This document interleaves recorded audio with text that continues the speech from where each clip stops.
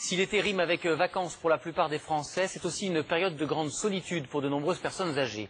Un appel à la vigilance vient d'être lancé par Michel Delaunay, ministre délégué chargé des personnes âgées et de l'autonomie, qui s'est rendu ce matin dans une maison de vacances des Petits Frères des Pauvres en région parisienne.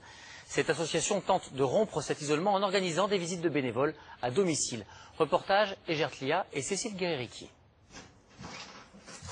Bonjour Marie. Bonjour.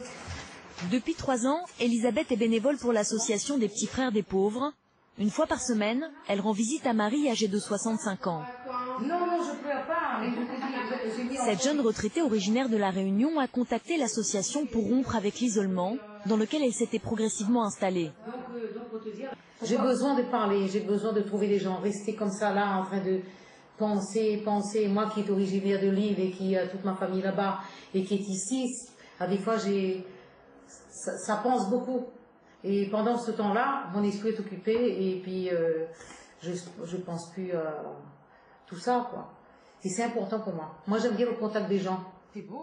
Les visites durent en moyenne 1 à 2 heures entre discussions et jeux de société. Les deux femmes, qui se connaissent maintenant depuis plus de 2 ans, sont devenues complices.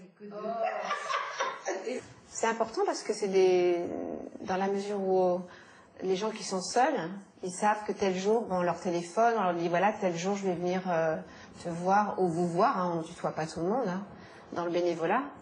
Et donc ça leur donne ils ont un petit rayon de soleil, hein, et puis c'est un échange qui se passe entre le bénévole et la personne accompagnée. La broderie, domino, cartes, vas-y. Ces visites régulières sont essentielles. Selon ce gériatre, elles permettent aux personnes âgées de continuer à jouer un rôle dans la société. Il faut venir aider ces gens qui ont des troubles cognitifs, qui ont des difficultés à gérer leur quotidien. Aller vérifier par exemple le frigidaire, est-ce qu'il est vide ou est-ce qu'il est plein mais d'aliments avariés. Ça, ce sont des choses importantes. Après, évidemment, c'est important sur le plan psychologique parce que, eh bien, on crée une relation et on donne du sens à l'existence de l'autre. À l'odeur du beau temps et avec le beau soleil. Voilà. L'association compte près de 10 000 bénévoles dans toute la France. Grâce à eux, 37 000 personnes âgées ne passeront pas leur été seules. Voilà, pour aider les Petits Frères des Pauvres d'une façon ou d'une autre, vous pouvez vous rendre sur leur site www.petitsfrères.asso.fr. 8 millions, c'est le nombre de